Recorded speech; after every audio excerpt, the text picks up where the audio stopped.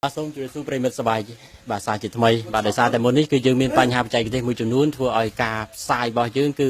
មានភាពរអាក់រអួលហើយក៏មានប្រិមិត្តមួយចំនួនបាទលោកបានខមមិនមកថាមើលអត់ឃើញបាទការពិតឲ្យជាក់ស្ដែងគឺក្រុមការងារក៏មើលអត់ឃើញដូចគ្នាអញ្ចឹងពេលនេះខ្ញុំសូមបន្តនៅបទសម្ភាសន៍របស់ខ្ញុំបាទជាមួយនឹងអ្នកបងសំពលដាបន្តទៀតបងជម្រាបសួរសាជាថ្មីបងបាទសូមបងមានប្រសាសន៍ម្ដងទៀតពាក់ព័ន្ធទៅនឹងស្ថានភាពសុខភាពរបស់បងនាពេលនេះតើវិវត្តដល់ណាហើយបងបាទចាពេលនេះវាអាចងើបអង្គុយបានតិចតួចចឹងអូនតែអត់បានយូរទេបាទចាមកផ្លេតចឹងទៅឈឺបងចាបងជើងរបស់បងនឹងយ៉ាងម៉េចប្រេះឬក៏បាក់ឬក៏យ៉ាងម៉េចបងជើងបងវាប្រេះពីមុនស្រាមវាយូរហើយការថតកុនណាបាទចាដល់ពេលប្រហែលអាទិត្យហ្នឹងបងថតបាទថតរត់ចុះរត់ឡើងអាប្លង់ខ្មោចលោងហ្នឹងណាបាទវាចេះតែឈឺពើតបងស្មានតែជើងបងហ្នឹងវាឡើងជាតសិចអូបាទដល់ពេលមកហាងនេះហត់តុកជួយហត់តុកគេវាផ្លាតដួលបាទដួលទៅបាក់ផលចឹងទៅមុខបងប៉ះណាធុងតកហ្នឹងវាអាយ៉ាស់ចង់ច្រមុះនេះវាធ្វើឲ្យហើមពួកយើងមានតំណងផ្អែមណាដល់ទៅពេទ្យទៅបានឆ្លងមើលឃើញថាបងឡើងជាតិតំណងផ្អែម300អញ្ចឹងពេទ្យគេអត់ហ៊ានវះទេគេអបចឹងហ្មងអូដោយសារតែយើងមានជំងឺទឹកនោមផ្អែមចាបងបានជ្រាបពីទឹកនោមផ្អែមតាំងពីពេលណាមកបងអត់ដឹងតែមានរឿងឈឺបាក់ជើងហ្នឹងបានដឹងថាមានទឹកនោមផ្អែមអូបាទហើយបងដួលថ្ងៃណាដែរបងពីថ្ងៃទី2ថ្ងៃទី2យើងថ្មីហ្នឹងបងចាព័ត៌មានទើបតែចែកចាយកាលពី2ថ្ងៃចុងក្រោយនឹងទេហេតុអីក៏ដោយសារតែកន្លងមកនឹងអត់មានអ្នកដឹងឬក៏យ៉ាងម៉េចចាមានអ្នកដឹងដល់ពេលស្វែងជាការគាត់មកពីថតនៅភ្នំប្រសិទ្ធនោះបាទបងកទេទៅគាត់ណាបាទបានគាត់ដឹងមកមើលកដាលយប់ហ្នឹងគាត់ក៏ប្រហោះទៅក៏លឺដល់មិត្តភ័ក្ដិបងផាក់សានប៉និតបាទហើយក៏លឺដល់អូនណែអីសាស្ត្រាចាសាស្ត្រានិងបងអូនខាត់សគីមគាត់មកមើលផ្ទាល់ហើយអូចាបាទតាមព័ត៌មានកន្លងមកបាទមានការលើកឡើងថាអ្នកខ្លះក៏លើកឡើងថាបងត្រូវស្វាមីប្រើប្រាស់អំពើហិង្សាបាទអ្នកខ្លះក៏ថាបងគ្រូថ្នាក់ចរាចរណ៍អ្នកខ្លះក៏ថាបងដួលអញ្ចឹងព័ត៌មានដែលច្បាស់លាស់ហ្នឹងគឺបងដួលឬក៏យ៉ាងណាគឺបងដួលទេអូនចាអត់មានអំពើហិង្សាអីទេអូនចាយកបងអាចរៀបរាប់ពេលនោះយ៉ាងម៉េចបានបងដួលដោយសារតែភ្ញៀវច្រើនពេករត់មិនតាន់បងជួយរត់តកគេនោះណាវាល្អិលជើងពួកមកពាក់ជើងកែងទៅទិញហ៎បាទវាល្អិលទៅមកផឹបហ្នឹងប្រើបដ ாய் ទៅផោះបដ ாய் យើងវាឈឺស្រាប់ផងបាទចាប្រិមិត្តបាទទូរទស្សនិកជនទីមន្ត្រីការពិតទៅគឺសំប៉ូលីដាគាត់ជាអ្នកចម្រៀងនៅទីនេះប៉ុន្តែតាមការអាងរបស់គាត់គឺដោយសារតែភ្ញៀវបុកច្រើនបាទអញ្ចឹងជួយរត់ចាប់តកអីចឹងទៅអញ្ចឹងធ្វើឲ្យរអិលដួលបន្ទាប់ពីភ្លៀងហ្នឹងគឺគ្រោះថ្នាក់រហូតដល់បាក់ជើងតែម្ដងហើយអរគុណបងហើយបញ្ជាក់ម្ដងទៀតដោយសារតែកន្លងមកហ្នឹងមានការលើកឡើងថាបងកំពុងតែមានស្ថានភាពជីវភាពបាទលំបាកមែនតើសូម្បីតែដំបូលឬក៏ផ្ទះដើម្បីជ្រកកោនហ្នឹងក៏គ្មាននឹងគេដែររឿងនេះយ៉ាងម៉េចដែរបាទអត់មានទេពីមុនបងនៅជាមួយម្ដាយបកើតដល់ពេលការហើយបងទៅនៅខាងផ្ទះម្ដាយក្មេកហើយក៏ចេញទៅនៅផ្ទះជួលក៏បានមកជួបប្អូនធរម្ចាស់ហាងនេះក៏នៅទៅចាតែផ្ទះខ្លួនឯងអត់មានទេតាំងដើមមកមានផ្ទះម្ដាយតាំងពីដើមមកអត់ដែលមានផ្ទះគេទេចាបាទបងពីមុនមកជាអ្នករកទំនុកបំរុងខ្ចុងផ្ដើមក្នុងគ្រួសារអញ្ចឹងនៅពេលដែលបងមានរបួសមានអីចឹងមិនអាចធ្វើការបានអញ្ចឹងថាតើបាននរណាជាអ្នកគ្រប់គ្រងគ្រួសារបន្តនោះបាទគឺអត់មានតែប្តីនឹងឯងធ្វើការនៅនឹងហាងហ្នឹងទៅប្តីគាត់ធ្វើអីនៅនឹងបងគាត់មេការមើលការខុសត្រូវនៅនឹងមេការនៅនឹងចាបាទបងបាទហើយសប្តាហ៍ថ្ងៃនេះបងមានកូនចៅក្នុងបន្ទុកហ្នឹងប្រហែលអ្នកដែរបាទ4នាក់អូន2នាក់ទៀតនៅម្ដាយបង2នាក់ទៀតនៅបងចាបាទអរគុណបងដែលបានផ្ដល់បទសម្ភាសន៍មកកាន់សប្បាយច្បាស់លាស់នៅពេលនេះហើយជាបន្តខ្ញុំសូមនាំអារម្មណ៍ប្រិមិត្តរបស់សប្បាយបាទទៅជួបនៅបទសម្ភាសន៍រវាងខ្ញុំបាទជាមួយនឹងស្វាមីរបស់បងស្រីសំប៉ូលីដាតែម្ដងបាទថាតើរឿងរ៉ាវនេះវាកាន់តែច្បាស់នឹងជាក់ស្ដែងយ៉ាងណាបន្តទៀតបាទខ្ញុំសូមទៅជួបគាត់តែម្ដងបាទជំរាបសួរបងបាទសូមអនុញ្ញាតបងជម្រាបឈ្មោះដល់ទស្សនិកជនក៏ដូចជាប្រិមិត្តរបស់សប្បាយបាទខ្ញុំឈ្មោះស្វាយស៊ីថាបាទហៅខ្យាស្វាយជាតាហៅខ្យាបាទស្វាយស៊ីសូថាហៅខ្យាបាទបងបាទមានក្មេងដែលជាកូនរបស់គាត់នៅលើមានតូចមានតាចអីនៅហ្នឹងប្រិមិត្តបាទនេះគឺជាស្ថានភាពពិតរបស់សំប៉ូលីដានិងគ្រួសារបាទអញ្ចឹងនេះគឺបងខ្ បាទដែលជាស្វាមីរបស់គាត់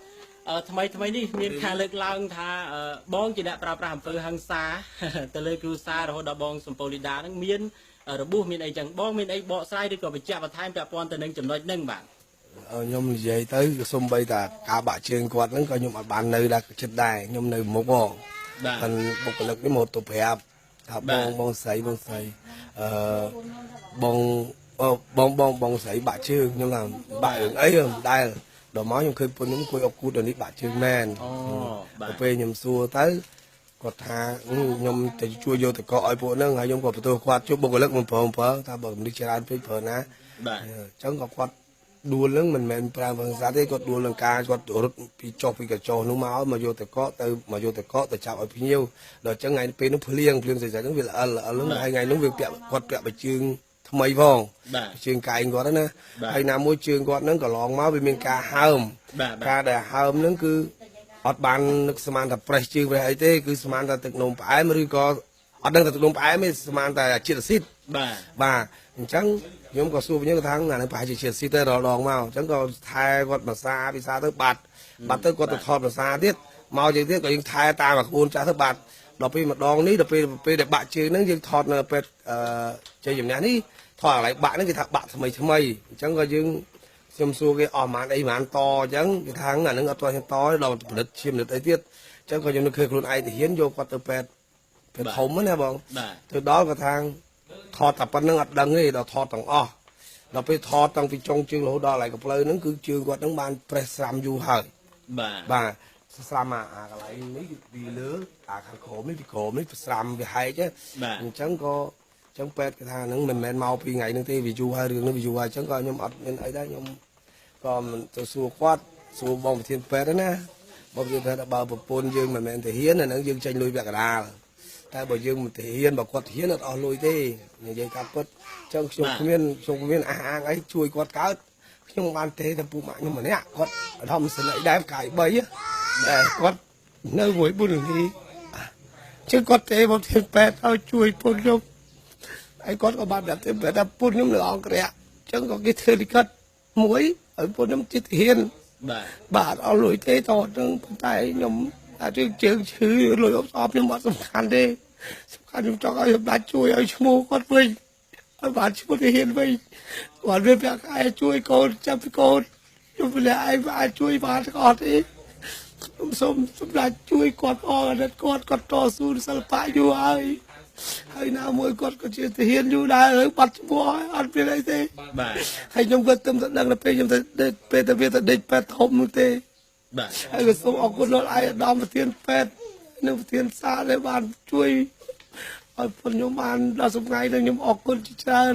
បាទអញ្ចឹងមានន័យថាការពិតទៅបងស្រីសំពូលីដាគាត់ក៏មានឈ្មោះជាទាហានដែរបាទពីមុនមានមែនពីមុនមានប៉ុន្តែបច្ចុប្បន្នមិនដឹងថាបាត់ទៅណាបាទមិនដឹងថាបាត់ទៅណាតែគាត់ទៅលឺបងនៅអង្គរៈនោះគាត់ប្រាប់ថាឈ្មោះដាគេលក់បាត់ហើយនេះក៏លឺតាមគ្នាណាមិត្តភក្តិគេប្រាប់មានគេលក់បាត់ហើយបាទ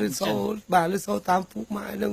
បងដែលធေါ်វាមកនិយាយប្រាប់នៅអង្គរៈនឹងមួយគ្នាហ្នឹងបាទអញ្ចឹងអរគុណបងដែលបានប្រាប់ពីស្ថានភាពនេះហើយបងមានអីជាចុងក្រោយផ្ដាំផ្ញើទៅកាន់ប្រិមិត្ត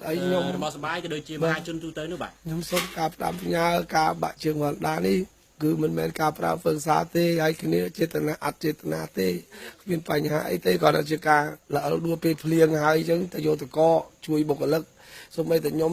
មេការខ្ញុំទៅមើលទៅមុខនឹងក៏អត់ដឹងថាវាបាក់ដែរខ្ញុំមិនជឿដែរដើរមកបានចុងភៅគេប្រាប់